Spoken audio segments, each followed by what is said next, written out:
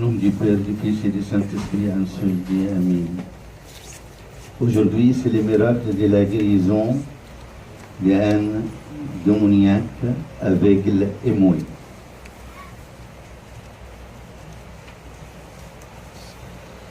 Et moi, je vais arrêter sur le dernier verset quand le Christ a dit « Car par tes paroles tu seras justifié ou par tes paroles tu seras condamné. » La parole. Certains parmi nous déplorent les discours comme s'ils ne présentent aucun danger. Et si vous leur posez des questions sur ce qu'ils disent, ils répondent ce que des paroles, ce que des mots.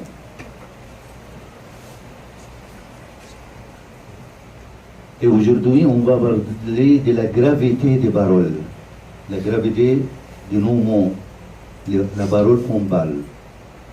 La première chose, la parole exprime l'état du cœur, comme il a dit dans l'Évangile aujourd'hui.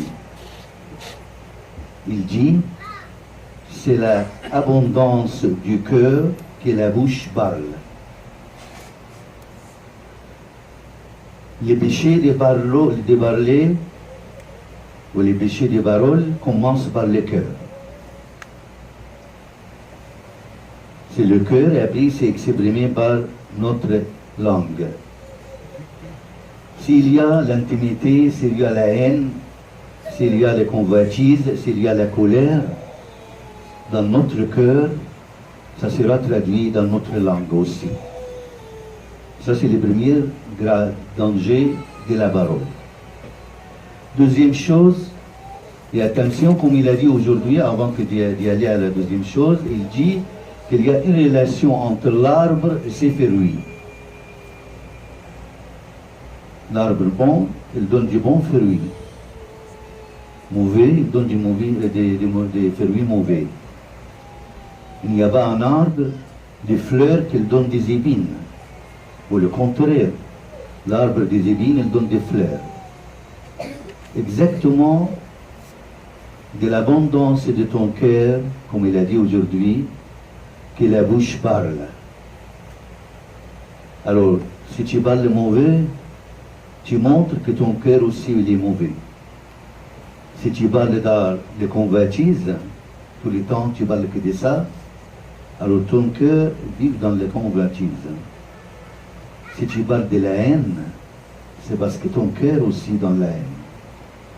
Alors le premier danger, c'est la parole, c'est la traduction, qu'est-ce qu'il y a dans notre cœur.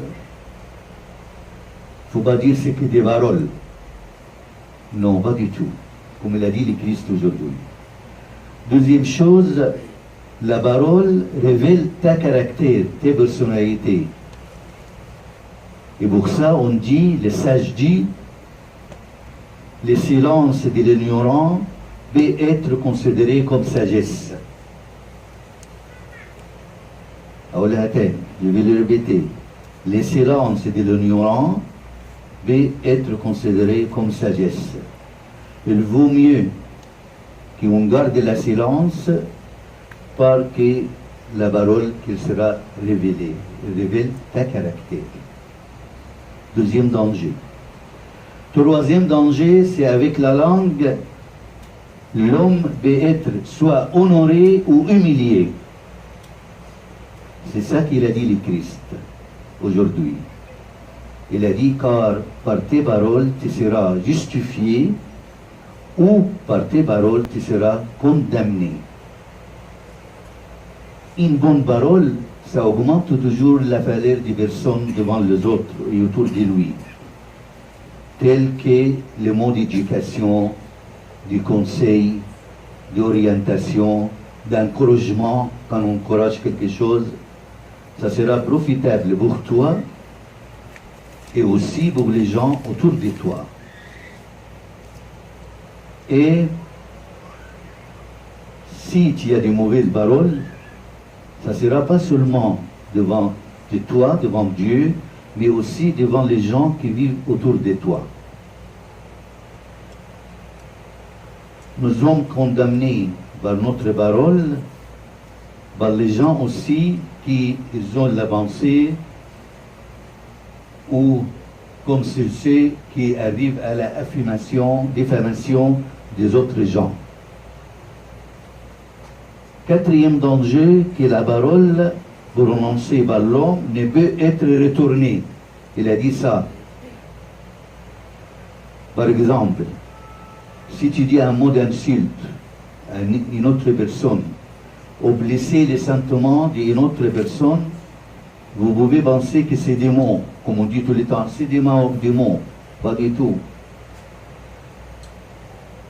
Tu as fait mal à celui qui t'a insulté. Il peut vous rappeler ça des années après.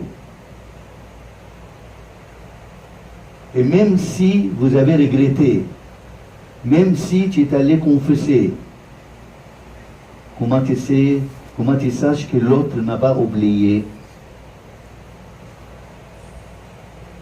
La parole, elle a un grand effet sur l'autre personne. Par exemple, si tu dis un mot, et ce mot provoque un malentendu entre deux personnes autres,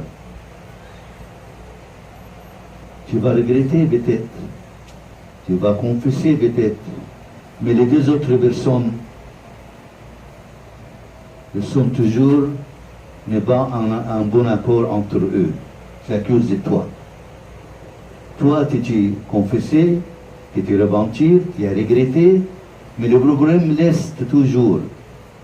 Vous savez, quand on vole, on vient confesser, on donne, on dit, c'est bien que tu as confessé, il faut que tu rendes de l'argent. Mais quand tu parles et tu fais des problèmes entre deux personnes, ou tu blesses une personne, comment on va réconcilier ces deux personnes?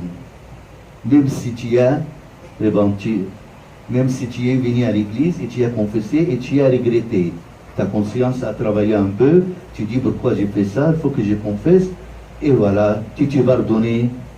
Mais malheureusement, vous voyez comment c'est dangereuse la parole. Toujours, les deux restent toujours pas un bon abord entre eux, à cause de tes paroles. Et pour ça, aujourd'hui, entraînons-nous à ajuster ou contrôler le langage. C'est très important. À contrôler qu'est-ce qu'on dit, qu'est-ce qu'on parle, spécialement au téléphone, spécialement avec le groupe. Quand nous sommes nombreux, quelquefois on dit n'importe quoi. Et il faut se souvenir de la parole de Salomon qui dit « Celui qui parle beaucoup ne manque pas de péché. » Celui qui parle beaucoup ne manque pas de péché. Chaque mot, imagine si quand tu parles dans la télévision ou dans la radio, on met un record, un registre. Tu vas être très prudent, méfiant. Imagine, un saint nous dit une très bonne parole que j'ai trouvée. Il dit parlez comme si vos mots étaient écrits en lettres de lumière sur la page du ciel. Vous imaginez ça? Parlez, vous dites des mots, comme si vous mettez votre mot sur une page du ciel avec des lettres de lumière. Écoutez, un jour il y avait 3 personnes. Ils sont restés ensemble pour dire on ne va plus parler du mal, on ne va pas parler des autres, on ne va pas insulter, on ne va pas dire de gros mots, on ne va pas faire ça et ça et ça. Mais comment on fait? Alors l'ange est venu, il a dit qu'est-ce que vous demandez? Ils lui disent on discute pour qu'on ne parle plus beaucoup, parce que quand on parle beaucoup, on est condamné. On condamne les autres, nous serons aussi condamnés. La première, il a demandé, Seigneur, ferme-moi complètement ma bouche. Je ne veux plus parler. Et le Seigneur a fermé sa bouche, mais il ne parlait pas du tout, ni du bien, ni du mal. Parce qu'il pouvait parler du bien. Mais là, il s'était brevet même de dire du bien. La deuxième, il a dit, ah Seigneur, donne-moi l'intelligence dans ma tête, que moi je distingue la mauvaise parole des bonnes paroles. Alors le Seigneur lui a donné de l'intelligence dans sa tête. Mais il y a sa volonté. Il a essayé, mais quand même il a tombé qu'il parle de mauvaises paroles. Alors le troisième, il a dit, Seigneur, donne-moi un bon cœur. Donne-moi un cœur bon. Parce que c'est écrit, du cœur sur la parole. Si mon cœur plein d'amour est saint, il ne parlera jamais mal des autres. Voilà, il faut contrôler notre cœur, notre intérieur. Parce que si notre cœur est mauvais, il ne donne que des paroles mauvaises. Si notre cœur est saint, il donne des paroles saintes. À lui la gloire éternellement. Amen.